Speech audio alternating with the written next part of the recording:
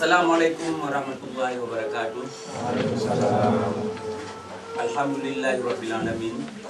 Wassalatu wassalamu ala asyrafil anbiya'i wal mursalin wa ala alihi wa sahbihi ajma'in. Untuk puja dan syukur kita yang bersampa kehadirat kepada Allah yang akan diberi sihat tubuh mangat asal kita yang bantu meronyo untuk rumah terlangkah Melasa Aceh. Sejak ingat urus lahir Aceh Merdeka yang ke-31 Desember 2007. Selawat dan salam nak dua cik kita bersampa kejunjungan kita Pangulia kita Nabi Muhammad sallallahu alaihi wasallam yang akan nebar kita dari dunia yang sempurna ke alam ilmu pengetahuan. Dilkon bayan nak dua cik dengan kita yang rayu tat ke Bandung cedera kita di sini.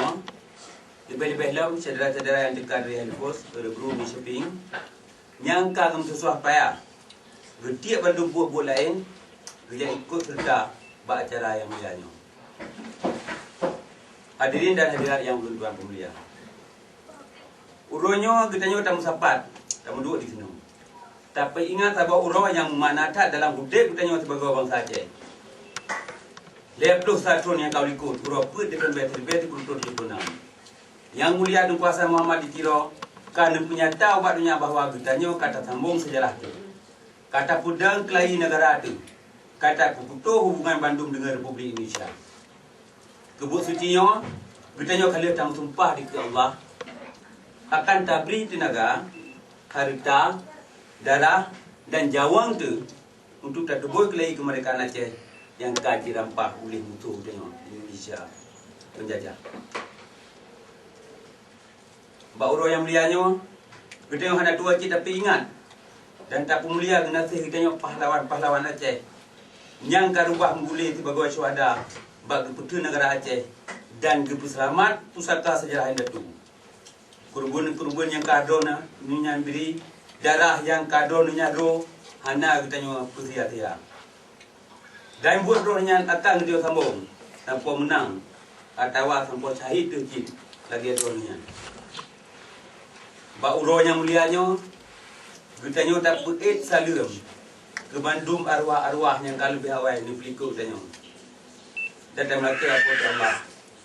Mudah-mudahan kita kita temung cik mukubu tu dia di Aceh di Nanggerawa sajan dronnya sajan indah tu drone tu. Saudara-saudara orang tua Bandung, jamaah yang berbahagia. Selama kita ingat pun Desember di negara hijrahnya, lentua rasa ganyo ke yang paling, yang lebih penting dan lebih bermakna ke dua tu dan ke bangsa tu di negara. Sebab bandera pusakanya hana tole pako atau aku bak urut yang dianyo. Malah nah yang kajingui ke lambang sebuah parti lokal Indonesia di Aceh. Tidumnan ka di Pinang bendera kita. Bangsa kita akan kumah jipu trauma dan jiperat semangat oleh dua buah kejadian dalam dua lihat tunyo. Musibah tsunami dan malapetaka Helsinki. Nyo ke sebab pekan kita payah kamu sapat di sini orang. Tak pedih buat bangsa itu di Nanggerawa. Di luar Nanggerawa. Dan bak dunia bahawa Aceh mereka bus siti indah tu matang tak sambung.